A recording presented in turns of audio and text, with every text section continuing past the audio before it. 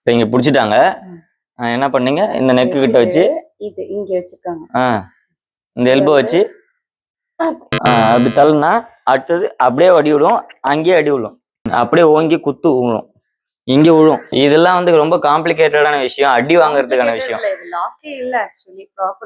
தேவையில்லாத போய் வலிய போய் அடி வாங்குற கதை இதெல்லாம். இங்க வச்சு இப்படி தள்ளுற வரைக்கும் நாங்க வேடிக்கை பார்ப்போம்ல. கையை தூக்குனாலே பண்ணு.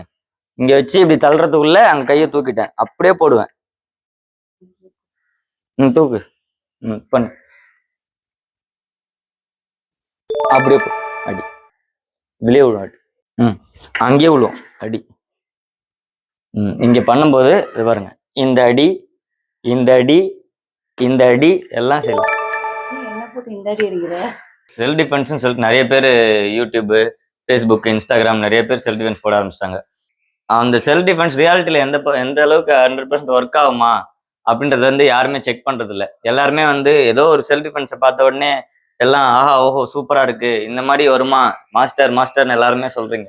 ஆனா அது ரியாலிட்டியில போய் அவன் அடி வாங்கும் போது தான் தெரியும் எந்த அளவுக்கு அது வந்து ஆபத்தா முடியும் அப்படின்ட்டு சொல்லிட்டு. அதனால எல்லாருமே வந்து நீங்க கலையை கத்துக்கணும் அப்படின்னா பாரம்பரியமா ஒரு நல்ல ஆசானா பார்த்து போய் கத்துக்கோங்க.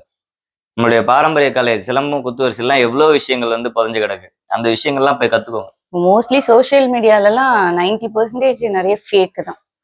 ஸோ நீங்க வந்து சரியான ஒரு இடத்த வந்து சூஸ் பண்ணி நீங்க வந்து கத்துக்கணும் எதா இருந்தாலும். அதனால மக்களோட விழிப்புணர்வுக்கு தான் இது சொல்றோம்.